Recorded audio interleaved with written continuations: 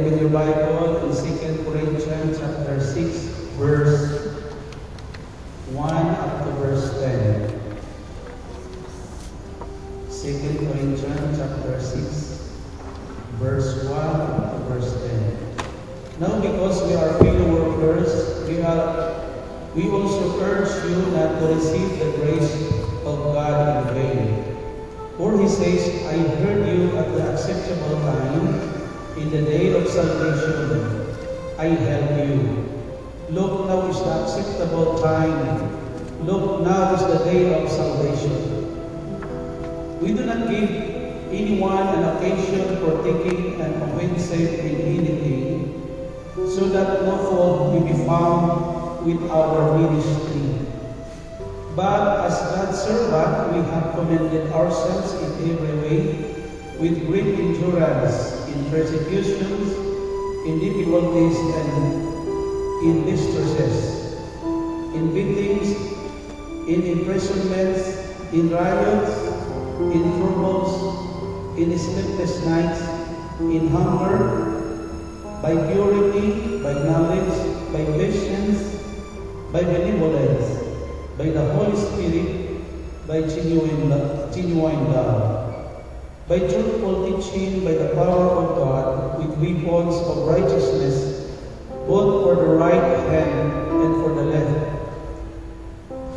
Through the glory and dishonor, through slander and praise, regarded as impostors and yet true, as unknown yet well known, as dying and yet see, we continue to live as those who are scourged and not yet executed, as sorrowful but always rejoicing, as poor but making many rich, as having nothing and yet possessing everything. So sa ating Tagalog version, yaman kami mga katulong sa gawain ng Diyos, ipinanamanhid namin sa inyo, na huwag ninyong sayangin ang pagkakataong ibinigay sa atin ng Diyos. Sapagkat sinabi niya, sa kaukulang panahon ay pinakinggan kita, at sa araw ng pagliligtas ay sinanluluhan kita. Tingnan ninyo, ngayon na ang panahong nararapat, ngayon ang araw ng pagliligtas. Iniwasan kong makagawa ng anumang ipagdarandang inuman upang hindi mapulaan ang aking paglilingkod. Sa halip, ipinakilala ko sa lahat ng paraan na ako'y lingkod ng Diyos sa pagtitiis ng kahirapan, kapighatian at mga kagipitan. Ako'y hinagapit, binilanggo at binugbog. Naranasan ko ang magtrabaho ng labis at di matulog magdamag, ang di kumain ng ilang araw. Ipinakilala kong ako'y lingkod ng Diyos sa magitan ng malinis na pamumuhay, kaalaman, pagpapahinuhod, kabutihang loob, ganun din sa magitan ng Espiritu Santo. Tapat na pag-ibig, tapat na pananalita at kapangyarihan ng Diyos, ang katwiran ang siya kong sanggalan at panlaban at panandalan. Naranasan kong parangalan at siraang puri, laikin at papurihan. Ako'y itinuring na sinungaling, gayong katotohanan na aking sinasabi. Ako'y itinuring na di kilala, kahit makilalang kilala. Halos mamatay na, ngunit malakas na malakas. Kahit ako'y pinarurusahan, hindi ako namamatay. Inaring hapis na hapis, gayon man laging nagagalak. Mukhang mahirap, ngunit nagpapayaman sa marami. Waring walang-wala, ngunit akin ang lahat ng bagay. Ito po ang mga salita na punong-puno ng biyaya ng Panginoon. Salamat sa Panginoon.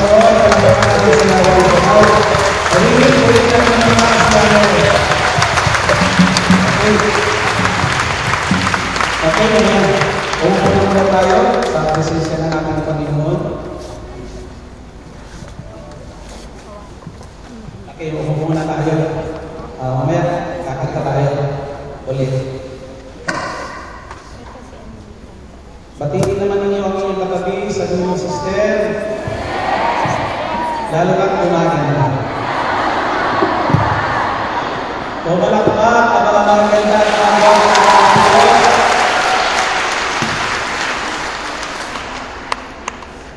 naniniwala ba kayo sa kinakanta natin mga charismatic na ganito yung kanta? Ang buhay ng Christian ay masaya. Amen ba? Naniniwala ba kayo ito yan? Masayang tunay. Mga kapatid, kung mayroon masasayang tao sa ibabaw ng mundong ito, iyon ay mahanap mo sa mga totoong Kristiyano, totoong mga anak ng Diyos. Amen po ba? Ang ating mundo ngayon ay napaka-busy, napaka-stress, maraming nai-stress, maraming problema, maraming naniligres, may mga nagsusuicide, may naniligres, may mga bitterness, hatred, maraming problema na nararanasan ang tao sa mundo.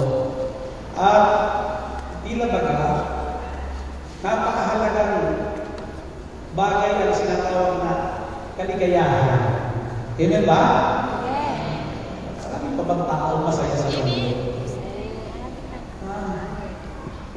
Minsan, kumustahin. Naririnig sa hirap ng buhay, minsan pakanihikap ka rin. Ay, buhay. Pero alam nyo, kahit gaano kahirap ang buhay, kapag nagkasakit naman at naggrabe, ayaw ka rin mamatay, ayaw ka mamatay. Mahirap ang buhay, pero mahirap din mamatay. Ba? Ibibigta mo lahat, isasala mo ang lahat para lamang madugtungan mo ang iyong buhay. So, masarap pa rin ang buhay. Pero, Brother John, posible pa ba kaya na maging masaya para maging buhay? Ang buhay natin, posible pa ba ang maging masaya? Pero sinabi ni Apostol Pablo sa Philippians chapter 4 verse 4, magalang kayong lagi. Amen ba? Magalang kayo lagi. Sinasabi rin naman na Nehemiah ba ito, na the joy of the Lord is ours. So, alam niyo po na isa sa mga pagpagsiyanis tayo, isa sa mga kahulugan ng charismatic is gifted or the joy. We have a joy that comes from the Lord.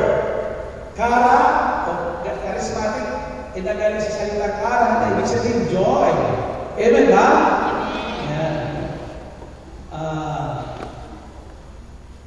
Ang mga anak ng Diyos ay pinagkalooban ng Espiritu ng Panginoon. Kaya nga, ang bunga ng banal na Espiritu ay kagalakan, joy. Amen ba? So kaya pala, kapag nasa Panginoon ka na, kasama na doon yung joy na tinanggap mo. Napag-aralan natin noon na joy, yung joy na hinahanap, kaligayahan natin pinag-uusapan sa gawain ito, ay ang Tagalog ng is kagalakan. Sabi niyo kagalakan. Dinifferentiate natin noon ang kagalakan at saka kaligayahan. Ang sabi ko noon, tinuro ko sa inyo na ang kaligayahan ay nakadepende sa happiness depends on circumstances. Amen ba? Amen. But joy, pero ang kagalakan ay nakadepende sa Panginoon. Nakakabit sa Panginoon. Amen po ba? So, happiness external, but the joy is internal. Amen po ba? Amen. So mga kapatid, maraming tao sa mundo naghahanap ng tunay na kaligayahan, tunay na kagalakan.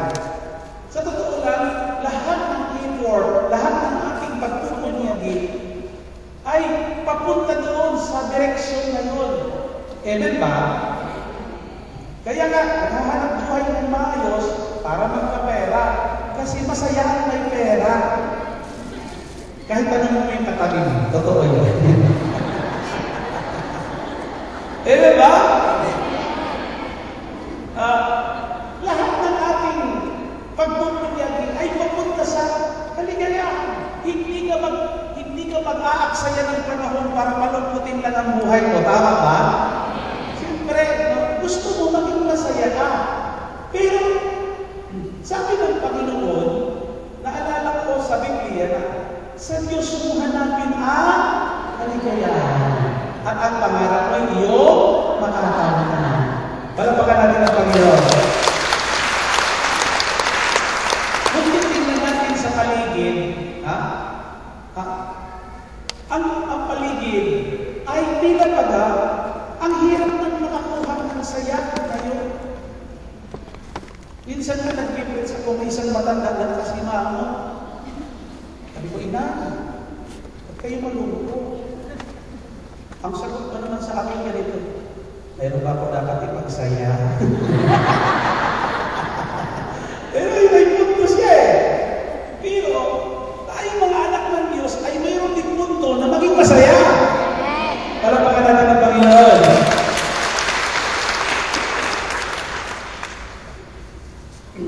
Alam niyo po sa aking pagwag, kasi pupunta ako yung inaalasan ng ating council na mag-deposit sa ating mga, alam mo, yung ayun natin. Siyempre, nagtataksi ako.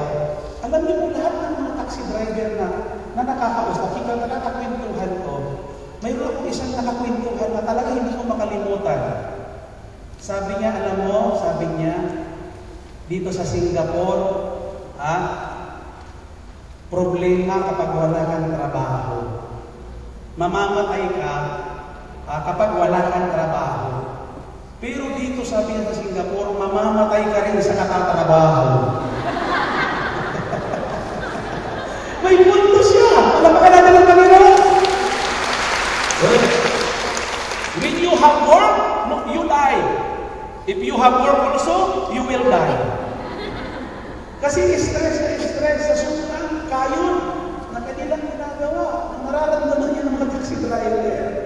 Nakakausap ko, akala ko sa akin na may problema mga taxi driver, dito nararamdaman.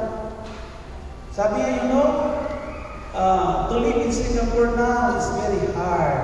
Sabi niya, hindi ka taulan daw noon. Ako naman nakikinig na. Naniniwala naman ako kasi matanda na eh.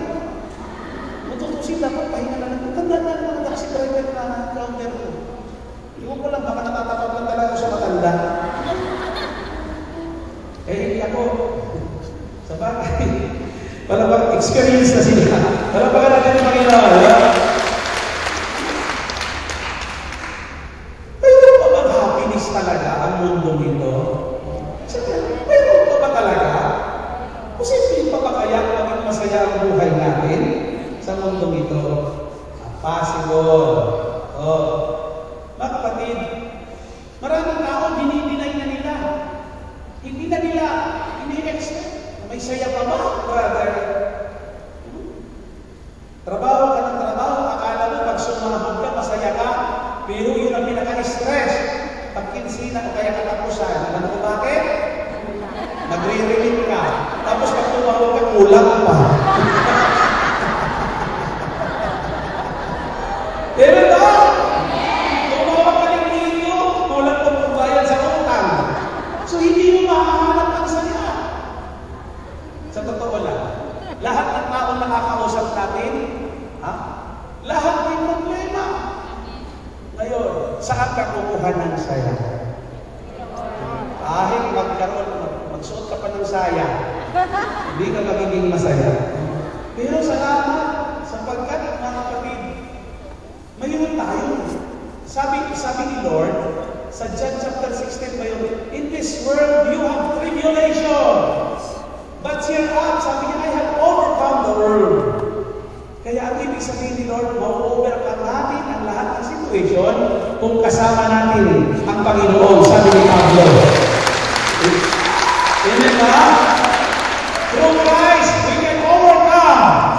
Philippians 4:13. So mga kapatid, no? Yun ang maganda. No? Tingnan natin God expects and commands that His people to be happy. Inaasahan ng Panginoon, ini-expect ng Panginoon, at ibang nag-uutos niya na ang kaniyang mga anak dito sa lupa ay maging masaya. Kaya open your Bible in Romans chapter 14, verse 17. Sabi nito ay ito. Sapagkat ang pagpasok ng tao sa kaharian ng Diyos ay hindi nababatay sa pagkain at inumin, kundi ang pagiging matuwid, pagkakasundo at kagalakan. Wow! At kagalakan na bawang kaloob ng Espiritu Santo. So without the Holy Spirit, hindi ka magkakaroon ng tunay na kagalakan. Palakpakan natin ang Panginoon. Sinabi niya rin sa Philippians 4:4 that rejoice always in the Lord. Amen? In 1 Thessalonians 5:16, it says, rejoice evermore. Magkaroon kayo ng kagalakan. So si Pablo, sabi niya, parang malungkot. It said, alam mo ba isip, tila baga parang malungkot ang mga anak ng Diyos. Pero sabi niya, masaya, masaya. Amen ba? Tila baga, may parang malungkot, pero may kagalakan. Laging nagagalak. Ang gusto ko yung word niya eh. Tila malungkot, pero laging nagagalak. Palakpakan natin ang Panginoon. Laging nagagalak. Paano yan? Yung sinasabi mo, paano ba talaga tunay na magkakaroon ng kasiyahan, kagalakan, ang tao sa ibabaw ng sandaigdigan? Alam niyo, ang happiness, hindi yan dumarating lang ng aksidente. Hindi lang yan tsamba na dumarating sa iyo na parang hangin. No? Yung iba naman kasi, tawa ng tawa, nahanginan lang yun. Hindi ba yung naglalakad sa kalsada na parang wala sa sarili? Tawa ng tawa, nahanginan. Pero yung kagalakan, pinag-uusapan natin dito, hindi yan nahanginan, nalipasan ng puso. Okay?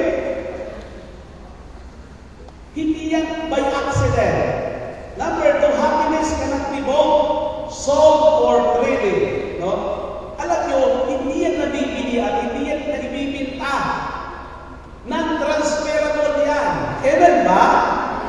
Yes. Maghanap ka ng kagalakan sa supermarket, sa palengke. Ayun ko lang kung meron yan sa Lucky Plaza ngayon. Do you have happiness? How much? Wala. Amen ba? Wala. Hindi yan nabibili. No? Sabi nito, pati ang mayayaman, hindi nakaka-afford ng happiness. Subukan nyo. Matagal na rin tayo ng buhay sa daigdig na ito. Hindi garantiya ang maraming sasakyan. Hindi garantiya ang salapi para maging masaya ang pamilya. Marami na tayong nakilala at nanonotice. Amen ba? Hindi sukatan ang dami ng pera para sa isang pamilya para totally maging happy. Amen ba? Pero it is just a part. Parte lang yun. So mga kapatid, hindi lang yan state of mind. Sabi ron, hindi lang yan magic na. Isipin mo lang, magiging masaya ka. Hindi rin yun. Wala din yan sa basta-basta. Iisipin mo lang para maging masaya ka. Baka lang naman maging malungkot. Maraming libro na na-publish na kung paano mo formula to be happiness and to be contented. Okay? But the very best advice to be found on the subject about happiness is God's Word, the Bible itself. Palakpakan natin ang Panginoon. So today, our topic is about roles for happy living. Roles for happy living. Bagay sa salita ng Diyos. Amen. Amen? Number one, bilisan natin. Number one is, count your blessing, not your troubles. Sabihin mo sa kapatid mo, sister, huwag mong bilangin ang problema mo. Huwag mong bilangin ang problema mo. Ang bilangin mo, ay ang pera mo. Palakpakan natin ang Diyos!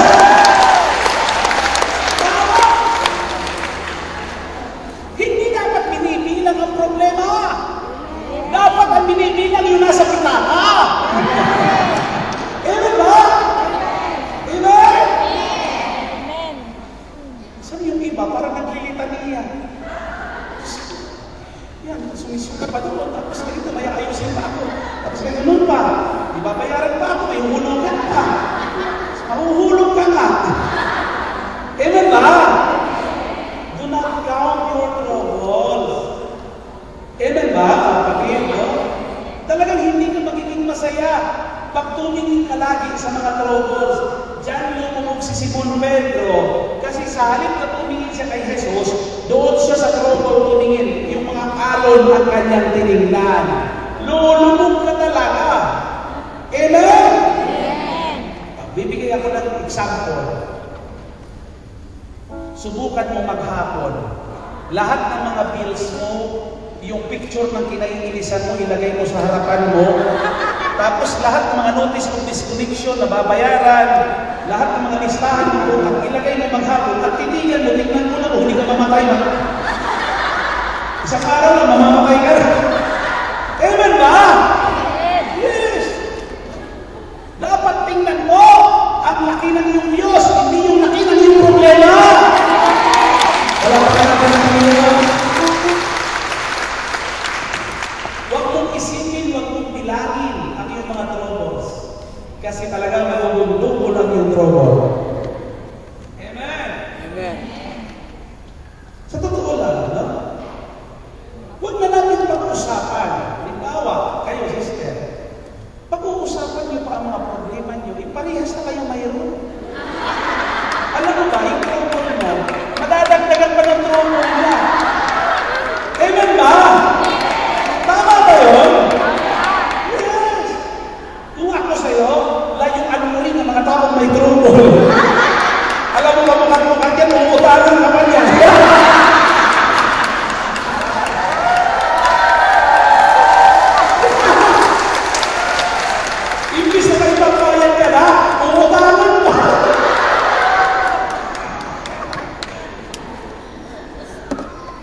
Sabi ni Brother Bay Gonzales, huwag kang dumikit sa mga malas na malasin kayo. Dumikit ka sa mga pinagbalak katulad ni Brother Bay, pinagbalak ka ng Diyos. Kaya nyo, ayan, aming counsel, isa sa mga Brother Bay, at ang Wednesday group na umaaten. Alam nyo ba, kapag every Wednesday, ito talaga lagi, no? Ang nagsishare, yung mga kapatiran natin na nakasumbong sa gawain ito, doon nila nayahayag. Halos common. Lahat yung mga walang trabaho, yung mga mauubos na yung visa nila, alam mo, nakakakuha pa. Simula nung ma-involve sila sa ministry ng El Shaddai, pinagbalang sila ng labis.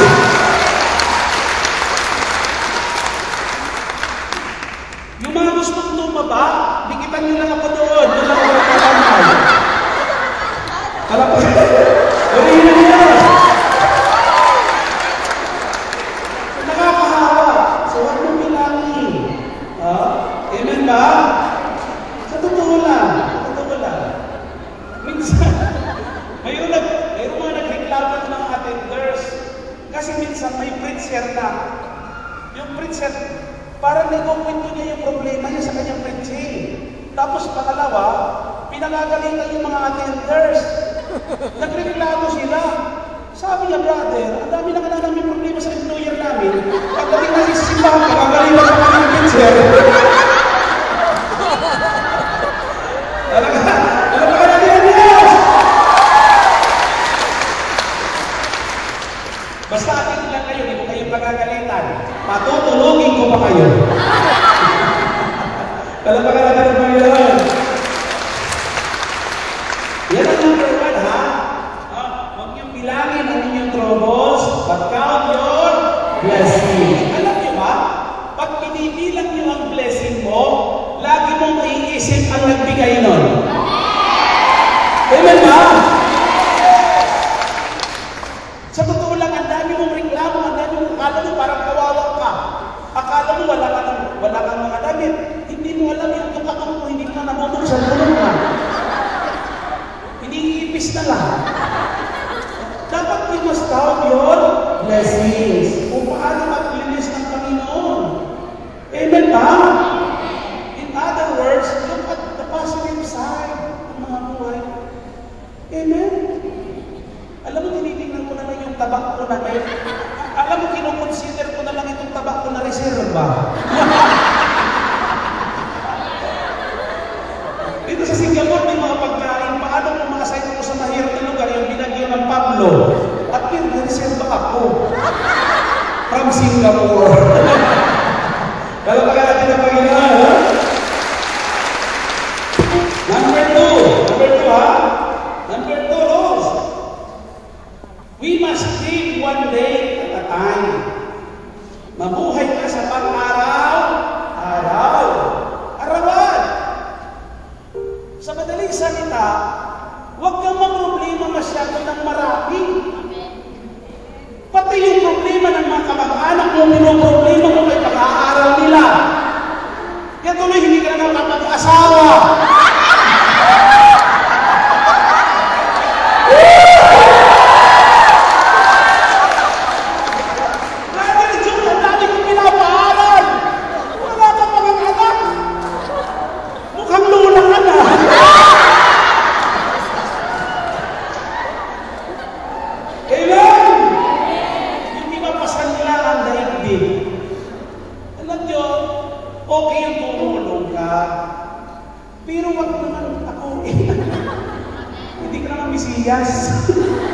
Tama ba yun?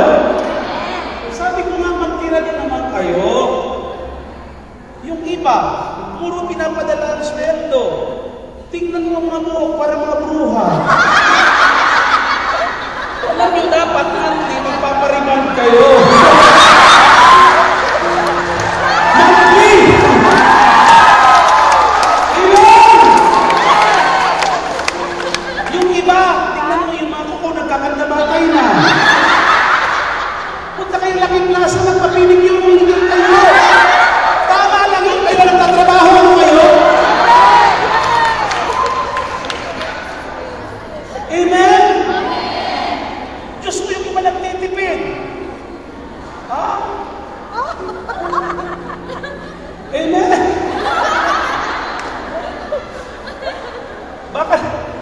Baka naman yung sabon mo, toilet tack na. Alam ba kayo ng Panginoon? Huwag kayo nag-defend. Yung tama lang. Ano ba? Tingnan ang banal na Espiritu. Yung mahalin mo rin ang sarili mo. Tama? Mag-vitamins ka. Kasi paano ka makapagtrabaho kung bumigay ka pa? So, we can conquer any problem or sin if we will only learn to live one day at a time. Amen? One day at a time, sweet Jesus. Amen? Tingnan mo yung hinihingi daw niya, one day at a time. Tingnan mo. Sabi ng Bible, sabi ng Lord's Prayer, give us this day our daily. Huwag niyo babaguhin ang Bible, ha? Huwag niyo babaguhin yung Lord's Prayer. Daily. Amen ba? Alam niyo, bakit sinabi ng Panginoon na live one day at a time? Sabi ng Matthew 6:34, huwag muna ninyong harapin at problemahin ang araw ng bukas. Bakit? Alam mo magbuhay ka bukas? Ha? Sabi, mahiwaga ang buhay ng tao.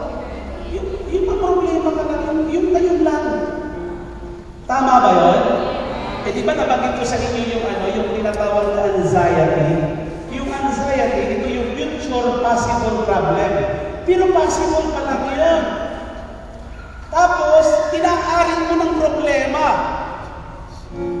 Example, paano na lang, Brother June, pag tumanda ako? Malay mo hanggang December ka na lang. Wala na ka natin ang Panginoon. Wala na ka natin ang Panginoon. Amen? Sabi ng Santiago yan, huwag mo muna ipagmalaki ang araw ng bukas. Kasalanan daw yun. Bukas, makalawag, pupunta ko rito, mga ngalakal ako. Kasalanan daw yun. Sabi ni Santiago, hindi mo pa alam ano mangyayari sa araw ng bukas. Mabuhay ka sa ngayon. Amen po ba? Yes. Palapakan natin ng Panginoon. Bakit? Sapagkat lahat ng mga ating mga fear and worry, hindi naman nangyayari. Tama ba yun? Sa totoo lang, ang dami mong mga pangamba, ang dami mong naman agam-agam, pero pagdating ng araw, hindi naman pinangyayari ni Lord. Hindi naman nangyayari. Amen ba? So, palapakan natin ng Panginoon. So, one day at a time, tama yung James chapter 4, verse 13 to 15. Today or tomorrow, we will go into such city and continue there a year and buy and sell and keep gain. Whereas, ye know that what shall be on tomorrow, or what is your life, or it is even a vapor, para daw lang yan vapor, ano yung hamog. Ang buhay daw yung parang hamog, that appear for a little time and then vanish away. Totoo naman talaga yun. Amen po ba? Alam mo, magiging masaya ka. Hindi ka magiging masaya kung lagi mong tinatambakan ng problema ang iyong sarili. Tama ba yun? Katulad yung anxiety. Alam mo ba yung anxiety is yung hindi pa problema, pinoproblema mo na. Walang iniwan daw yan. Parang nagbabayad ka raw ng interest, hindi ka pa nag-loan. Unfair, di ba? Amen! Ang dami mong pinangangambahan na wala pa naman. Ngayon nga lang yung problema mo, hindi mo maharap-harap, dadagdagan mo pa. Lalo kang hindi magiging masaya. Amen ba? Brother, ito lang isang araw lang, yung ngayon lang. May mga problema hindi na-solve kahapon, pero saka mo na yung balikan. Amen ba? Importante yung ngayon. No? Yung ngayon. Tingnan mo yung itsura mo ngayon. Yun yung importante. Palapakan natin ang Panginoon.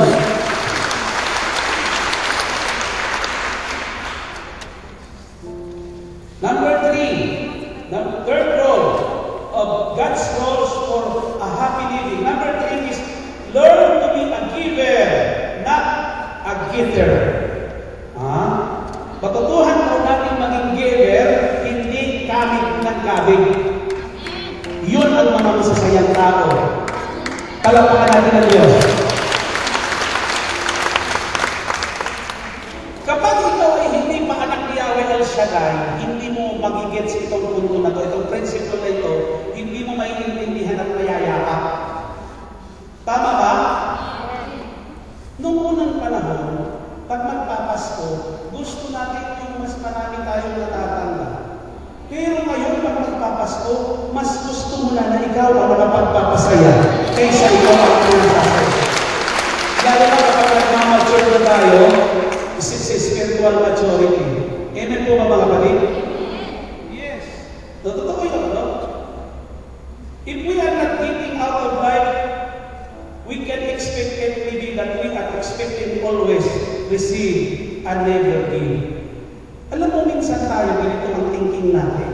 Ito napakinilayan ko ito.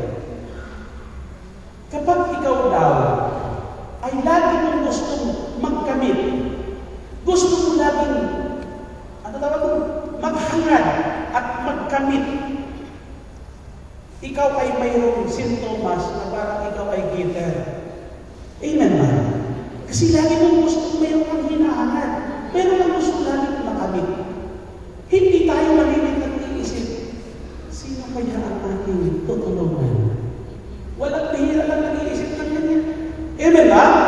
Sino kaya ang magagawa naman ng kabutihan? Hindi tayo masyadong nag-iisip niyan. Amen ba? Ang gusto natin yung tayo mga hamid. But, yun ang mas masaya. Sabi nila, ang mundo raw, ikaw ay mapalad kapag marami kang nakamtan, marami kang possessions, marami kang na-achieve, marami kang nagtatanggap sa mundong ito, ikaw ay mapalad. Sabi niya, uy, pinagpalad sa sister. Ang ganda ng bahay, ang dami ng ano, ang daming asawa, basta marami na lahat. Basta yung, kung alin na nakakarami, kung ano yung sino ang may marami, yun ang happy sa mundo, eh, ba? Pero baliktad sa paningin ng Diyos. Ang dakila sa paningin ng Diyos ay ang maraming naibigay at naipaglingkod. Basahin mo na kayo. Amen ba? Ang nag-iingat ng kanyang buhay ay siyang nawawalan. Ngunit ang magbigay ng kanyang buhay ay siyang magkakaroon. Iba. Iba. Ito. Diyan, bumagsak yung mayamang hangad. Bakit? Sa kanyang pananagana, wala siyang, halos wala na siyang kailangan sa buhay, maliban lang siya'y nag-iisa. Alam niyo, pangit din yung wala kang napaghahandugan ng iyong sweldo, ng iyong trabaho, ng iyong sakripisyo. Nakausap ako doon sa Hongkong. Brother, ganito na lang ba ang papel namin? Trabaho, kayo ng kayo, padala ng padala. Tapos pag tinawagan mo, kulang pa. Ang sabi ko naman, sister, salamat sa Diyos, yun talaga ang papel ninyo. At sabi ko, tanggapin mo na lang yan. Hanggang ngayon hindi mo yung matanggap at tagapagpadala ka. Sabi ko, sister, tanungin kita. Anong gugustuhin mo? Yung ikaw ay sumweldo at makapagpadala? O mamatay na yung mga pinagdadalhan mo? Doon sa napigilan na. Para, sabi ko, pero naman, kasi akin para mawala yung problema mo. Kasi yung problema mo, yung mga pinagdadalhan mo. Sabi ko, dapat mawala na sila. Alam mo na pagtanong niya, sabi ang brother John, sa bagay may mundo ka. Sabi ko, sister, maganda ang tagumpay kapag mayroon kang pinaghahandugan. Alam mo natin sa Panginoon, nagkakaroon ng meaning ang iyong sakripisyo kung mayroong recipient. Amen ba? Palapakan natin ang Panginoon. In Acts chapter 20, verse 35, remember the words of the Lord. It is said in the Bible, it is more blessed to give than to receive. Nasa Bible yan, Acts, Gawa chapter 20, verse 35. Anong gusto mo? Ikaw ang nag-aabuloy o ikaw ang abuloyan? Alam mo ka lang yung Diyos! Amen ba? Anong gusto mo? Mag-abuloy o abuloy?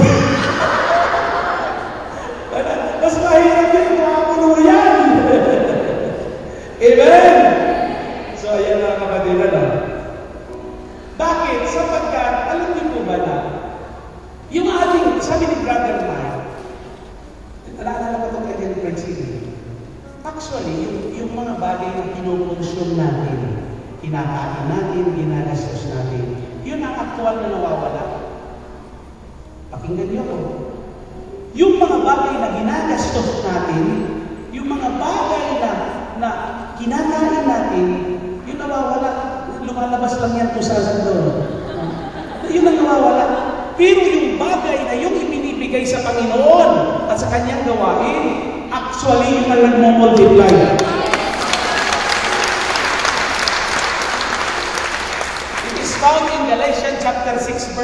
7. What we sow is what we reap. Tama. Amen ba? So mapapansin nyo, yung iba, ani na ng ani. Kasi matagal na silang nagtatanim. Ikaw ngayon, kung nagtatanim ka, alam ka naman mayroong nagtatanim na agad umani. Alam ka naman bigla kang umani. Amen ba? Yes. Yung blessing na ating tinatamasa ngayon, ito yung mga ano natin ito yung naka-schedule na blessing natin noon pa. Tama ba yun? Ito yung bumabalik sa atin, parang walang iniwan nito. Alam mo, may tao na abuso sa katawan. Inom ng inom, walang kain-kain. Alam mo, hanggang na yung malusog. Pero pag iyan ay umidad ng 70, doon na yan sisilin. Bunga ng kanyang pagpapabaya sa kanyang katawan nung siya'y bata-bata pa. Amen ba? Yeah. Parang sinasabi natin, pag nag-edad na tayo, mukhang sinisingil na ako. Kasi iyon ang uring ng buhay na ipinamuhay mo noon. Amen! Yes! Pag chismosa ka, talagang wala ka magiging kaibigan. Mangunguntek. Iyan ang... Kasi pangit na salita ang hinahatid mo, nakasisira. Pero kung munyos ang nila, alam mo, lalo kang magiging maganda at marami kang mapapaganda ng mga tao dahil sa kanilang na ginagawa mo. Amen? Yes. Siyempre, pag chismosa ka, maraming aaway sa'yo someday. Baka naman other day. Pero kung ang salita na pinapahatid mo sa bawat tao ay mabuting balita, ay mabuti rin ang ibig nito. Kaya nga mga kapatid, tayo mga anak ng Diyos, kung mayroon man mabuti na tayo yung pinatanggilig at nararanasan na yon, ito ay dala ng mabuting balitang pinakinggan natin sa gawain nito. Amen! Subukan mong manood ng horror. Horror din ang mukha mo. Pero subukan mo makinig ng mabuting balita, bubuti din ang kalagayan mo, ang trabaho mo, at ang kalooban mo. Amen ba? Yes. Kasi magandang binhi ang iyong itinatanim. Amen. Kaya nga, tama lang naman na nag-aari. Mayroong itinanim mo. Tanungin mo sa sarili mo, ano ba tinanim mo? Baka sama ang nanoob. Kaya hanggang ngayon yung inaani mo. Palapakan natin ang Diyos! Give, in Luke chapter 6, verse 6:38, give, it shall be given unto you good measure, pressed down, shaken together, running over, shall men give into your bosom, with the same measure you meet with that, it shall be measured unto you again.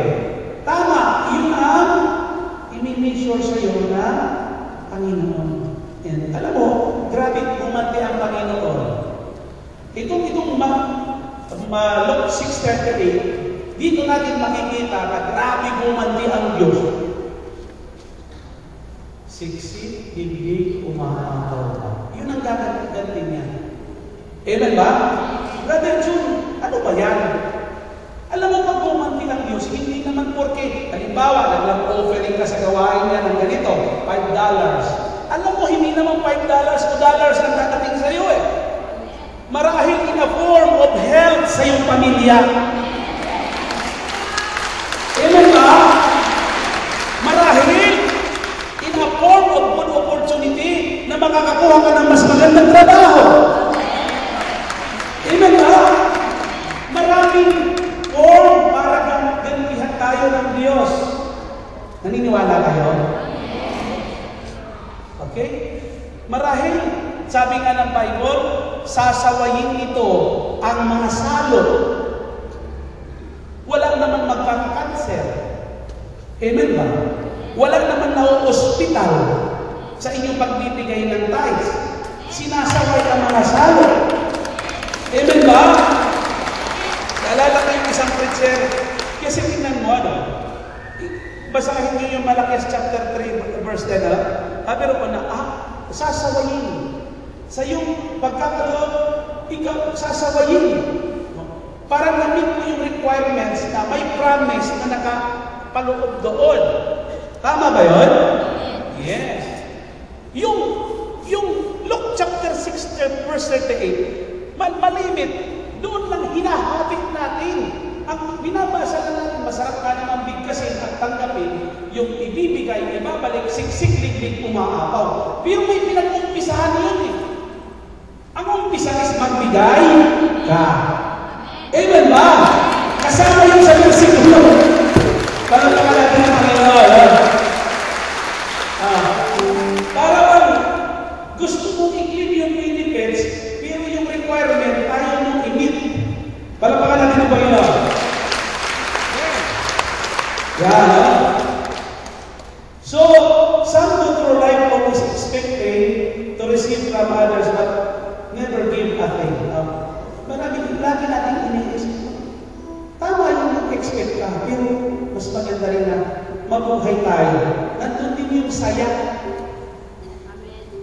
Alam nyo, kailan lang, siguro mga 2 weeks na nakakaraan. Yung kuya ko, siya yung pinakamahirap naming kapatid. Imarapalaki din ng pamilya. Nakausap ko, yung sumasama lang siya papunta ng dagat.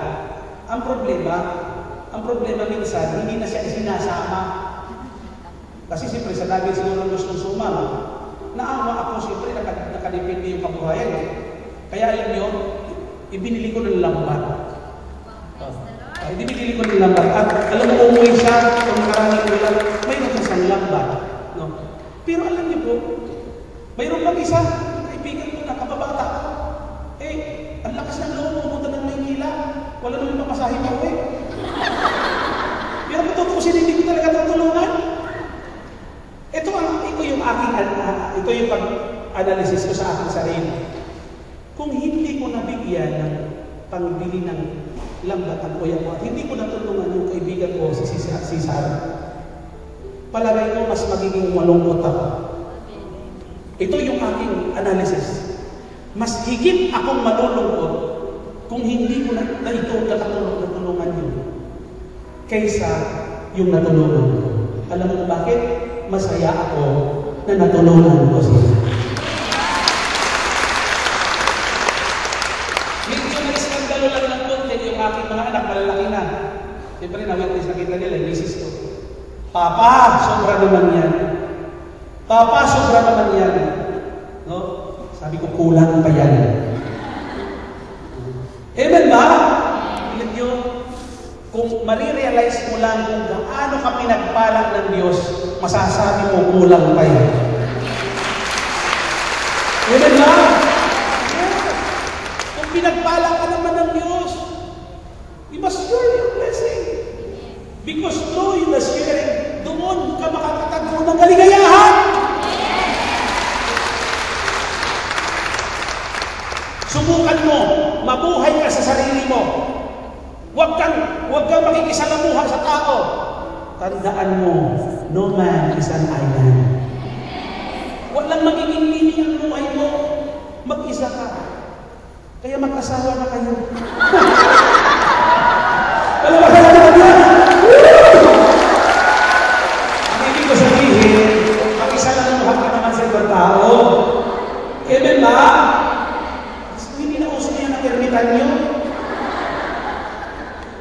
Number 4, God's calls to being happy. God's call for a happy living. Number 4, we must pray every day. Sabi niyo, pray every day. Yung mga tao may meaning, makapuluhan, alive ang buhay niya. Ito yung mga taong marunong manalangin sa Diyos. May meaning. Bakit? Sapagkat sa panalangin, pinupuno mo ang iyong sarili ng spiritual na presensya at sa iyong pananalangin, hinihingi mo ang guidance ng Panginoon. Kasi siyempre, hindi ka basta-basta mapupunta kung saan lugar kasi guided ka ng Panginoon. Tama ba? Dalawa natin ang Panginoon. Ilalayo ka niya sa mga masasamang tao. Ilalayo ka niya sa mga mangungutang. Ilalayo ka niya sa mga taong makukulit. Amen ba? Amen! Brother John, akala ko matutulog. Ha? Amen ba? Ipasasalubong yan, ba't may papautang ka na? Palapakan natin ang Panginoon! Ito yung pinalayo ka sa mga taong nakagbibigay ng stress. Amen? Minsan may mga tao ganito. Brother John, alam mo ba, pag nakakausap ko yung tao yan, Diyos ko talaga naman, nagsisikip ang hinap ko. Amen ba? Amen? Minsan may mga namimitin ako tao na nagsisikip ang hinga ko. Alam mo bakit? May dalang pagkain. Nagsisikip ang paghinga ko. Diyos ko sa dami ng biyan. Kalatakan natin ang Panginoon! Yan. Every Christian should reserve a time during the day to thank God for His many blessings and ask for His guidance. Pag nag-pray ka, hindi kayo, hindi sa mataba-taba. Mga kapatid, pag nag-pray ka, siyempre na ito, iisipin mo ang Diyos. Tama? Imposibleng maging miserable ang buhay ng isang tao kung iniisip niya lagi ang Diyos. Subukin niyo. When I think about the Lord, meron kang yan, kung iisipin mo lang ang Diyos, talaga naman, magiging masaya araw-araw ang buhay mo. Amen! Amen! Huwag mong isipin lagi yung paninigaw ng employer mo. Ang isipin mo lang lagi, ha? Yung Word of God na pinipreach dito. Amen? Amen? Kahit marami kang gawain, kahit marami kang gawain bahay sa pagtatrabaho, isipin mo lang yung mataba na nagpipreach dito. Amen ba? Palapakan natin ang Panginoon. Isipin mo lang ang Panginoon. Sasaya na kayo. Amen? Minsan ganito. Diyos ko, pinagin mo pa yung taong yan. Wala na kang gana. Pero pag ang Diyos ang nababanggit, amen ba? Number 5, learn to count. Learn to count or prioritize. Sabi niyo, prioritize. Ang tao na nagiging masaya ay yung mga tao na marunong magpahalaga sa mga bagay na importante. Magpahalaga sa importante. Totoo yun. Amen ba? Tingnan niyo. Sabi ng Bible, seek ye first the kingdom of God and His righteousness. Pag sinabing first, priority yan. Tama ba? Pag first, una. Sabi niyo una. Unahin mo raw ang Diyos at magiging ayos ang kasunod. Pag hindi mo inuna ang dapat unahin, magiging malungkot ang buhay mo. Naniniwala kayo ron? Okay. Limbawa, buhay mo na, part na ng buhay mo dito sa Singapore, ang nandito ka pag-araw ng Sunday. Subukan mong unahin mo maglimit sa Lucky Plaza. Ang mukha mo magmumukhang plaza. Amen! Pero mamaya ka na mag-limit, mamaya mo lang ayusin, unahin mo lang ang Diyos. Amen ba? Alam mo kung bakit? Sasabihin, Brother John, napaka-selfish naman yan ni Lord. Lagi gusto niyang unahin, no? Kaya natin inuuna ang Diyos, hindi dahil dahil makasarili ang Panginoon. Kaya natin inuuna ang Diyos kasi gusto ng Diyos tulungan ka niya sa lahat ng iyong gagawin. Kaya pala sabi ng Bible, in all your ways, acknowledge Him. Kaya mo inuuna ang Diyos kasi iyon ang number 1. Tama ba? Subukan mo. Unahin mo magtimpla ng kape. Huwag ka munang manalangin sa umaga. Tingnan mo lang, hindi ka maghuhusan ng kape. Pero pag inuna mo muna manalangin, inuna mo muna ang magpuri at magpasalamat sa Diyos, hindi naman ganun kahaba. Ay maliliit ka rin sa trabaho. Basta, kahit na simple lang, basta totoo. Basta, isang tumingin mo muna, magipagtingin ka muna kay Lord. Amen ba? Totoo yun. No? Mayroong lungkot, mayroong pangamba, mayroong guilt na nararamdaman sa pag-inuna. Pag inuna mo yung blessing, bago yung nagbibigay ng blessing, ay nako, magigilty ka. Tama ba yun? Palapakan natin ang Panginoon. Pag ako umuwi sa bahay, ang pinutungad sa akin ng misis ko, yung puro problema. Papa, nahulog yung anak ko si Paula. Papa, yung puputulan na yung kuryente. Papa, ang dami lahat ng mga para pag nababagyan Papa, parang papatayin ako. Hindi yan. Sabi ko naman sa misis ko, Ma, pagkadumagon ako, huwag mo muna uunahin ang uunahin. Unahin mo muna ang sabaw, initin. Diba? Ganun naman talaga dapat. Amen ba? Saka sabi ko, Mama, magbiso-biso muna tayo. Maganda pa tayo. Siyempre, amen ba? Biso-biso lang muna. Sabi ko, magkamuyan muna tayo. Magkamustahan muna tayo kung talaga nangyari. Kayo, nagtatawagan kayo ng pamilya niyo sa Pilipinas. Huwag naman ganun kaagad. Kailan ka magpapadala? Huwag naman ganun agad. Amen ba? Kumusta ka na? Kumustahan muna. Amen! Okay ka lang ba dyan? Ano gusto mo yung kalusot? Dapat ganun muna. Dapat unahin mo kahit kunyari lang. Joke. Hindi ko sa sarili mo. Dapat personal muna. Amen ba? Hindi ka agad yung, kahit kayo, unahin nyo, ang tagal-tagal nyo ng trabaho, isang buwan, tapos, sasabihin kayo, kulang pa yung padala mo, ano ba naman yan? Walang pagbabayad. Kala siguro nila nagpapala tayo ng pera dito. Palapakan natin ang Panginoon. Number 6, let nothing bother you. Let nothing bother you. Huwag ka basta nagpapapikto. Huwag ka masyado nagpapaistorbo. Sabi ng kanta, no si malasi. Di ba? Ako masyado nagpapapikto. Huwag ka naniniwala sa sabi-sabi ng iba. Basta mahalaga nakikinig ka ng Word of God. Amen! Minsan, may mga bagay na, maliliit lang na bagay, nagpapadistract tayo. Amen! Maliliit lang na bagay, masyado na nagpapapikto. No? Ako masyadong seryoso.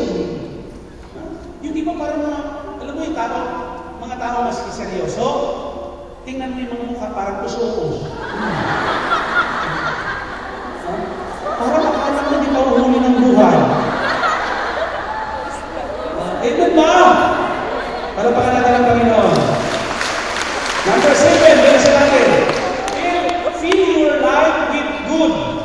Punuin mo ang iyong buhay ng mabubuting bagay. Ang iyong isip, lalo na, ingatan mo. Philippians chapter 4, verse 8. Bilisan natin. Philippians chapter 4, verse 8. Ang ganda nito. Sa wakas, mga kapatid, dapat maging laman ng iyong isip ang mga bagay na karapat-dapat. Oo nga naman. Kapuring-puri, mga bagay na totoo, bagay na marangal, bagay na matuwid, bagay na malinis, at kaibig-ibig at kagalang-galang. Iyon daw ang dapat natin ilagay sa ating mga unang-una sa ating mga isipan. Palapakan natin ang Panginoon. Number 8. Learn to laugh and learn to cry. Alam nyo, matuto ka rin naman tumawa. Marunong ka rin naman tumiyak. Alam nyo, hindi totoo yun na pag ang lalaki hindi raw marunong tumiyak. No, si Jesus nga. Jesus wept. No? Nag-higahimutok. Umiyak din sa Panginoon. Alam niyo, tao tayo. Amen ba? Huwag ka mahiyang tumawag. Huwag ka mahiyang umiyak. Kung talagang i-express mo. Ano talaga? Alam mo, panik yung tao hindi na marunong umiyak. Totoo yun. Para kang estatwa. Tao ka pa lang. Tao pa tayo. Amen ba? Alam nyo, sabi nito, it has been estimated that over 70% of our physical illness could overcome if we could learn to laugh and to cry. Mayroon daw 70% ng ating mga sakit na ma-overcome kung marunong kang tumawa at umiyak. I-express mo. Kapag may problema ka, ang tao may problema, huwag mong pipigilin sa pag-iyak. Lalo na pag namatayan.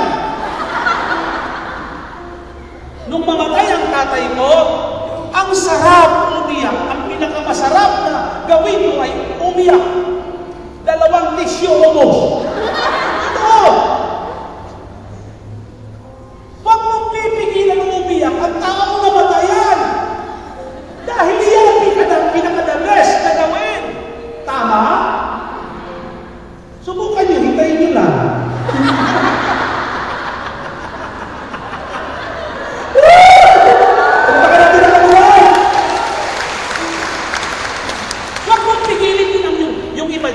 Gustong matawa, pinipigil. Alam niyo ba? Mayroong babaeng pinipigil ang tawa, tumalsik tuloy ang ganyan dito. Kasi pinipigil. Hindi mapigil, lumabas tuloy lahat. Ano ba ka na Diyos? Amen!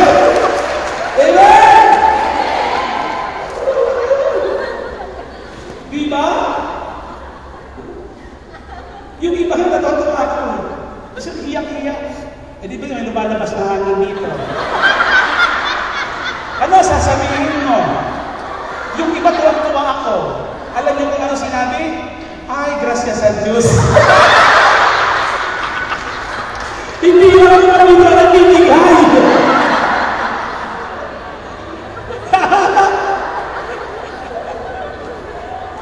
Ano naman sasabihin mo pag babae, pag dalaga? Ano sasabihin mo?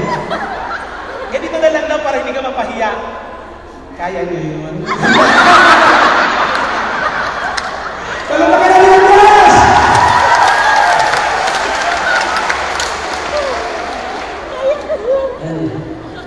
Learn to practice happiness habit. O dapat marunong ka mag-practice ng habit. Learn to smile. Sabi mo, smile. Yes! Walang bayad yan. Okay. Tingnan niyo. Sabi mo sa katabi mo, sister, smile. Kaya yan kahit wala pang sweldo, tingnan mo. Kaya, wala pa ka natin ng Panginoon. Lastly, thank you. Lastly, number 10, God's most happy living.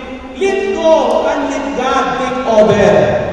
Hayaan mo ang Diyos na mag-take over sa buhay mo.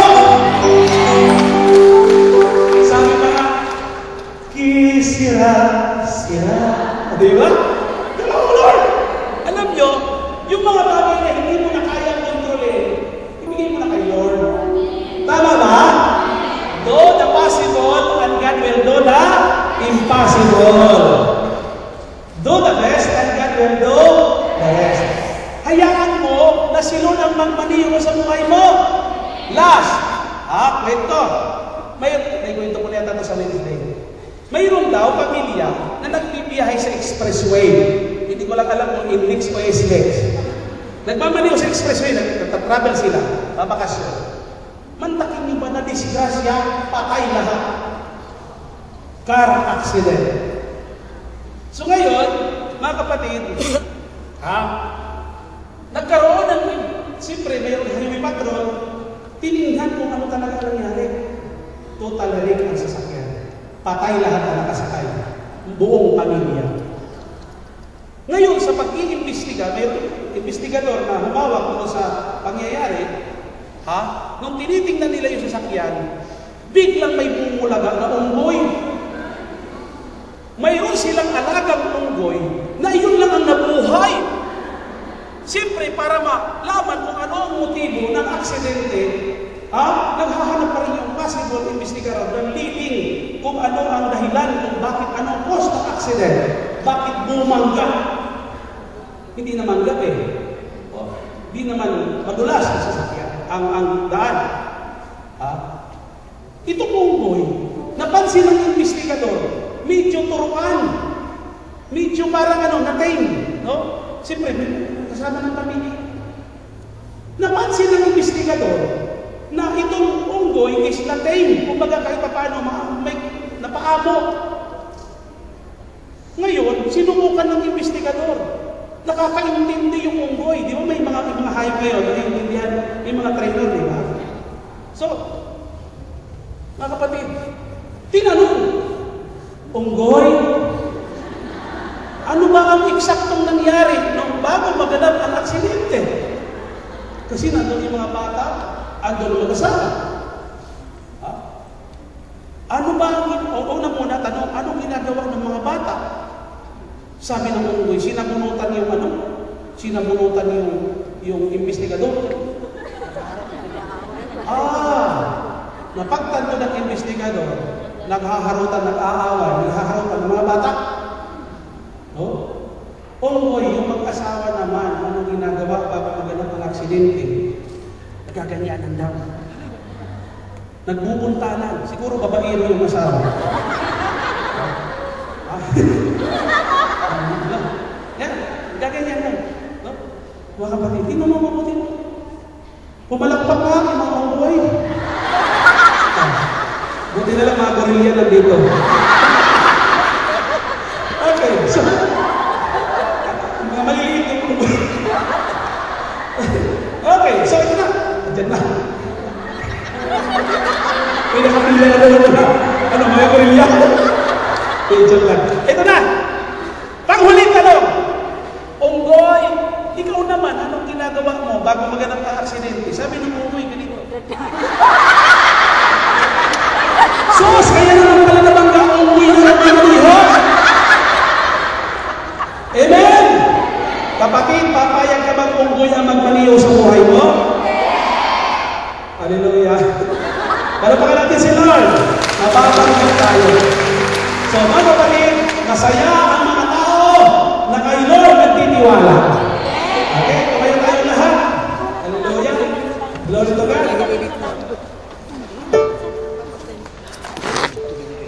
Tayo po'y manalangin. At pagkatapos natin manalangin, sa maikling verse ay kakantahin natin yung pinapakanta ko. Okay. Sa ngalan ng Ama, ng Anak ng Espiritu Santo. Amen. Amalangin Diyos na sa langit, Yahweh, sa dahil pagpalain mo, Diyos, ang mensahe namin napakinggan sa pagsisikap namin, Panginoon, na alamin ang iyong kalooban sa manubuang tamang mga pamamaraan upang kami magkamit ng tunay na kagalakan na galing sa iyo.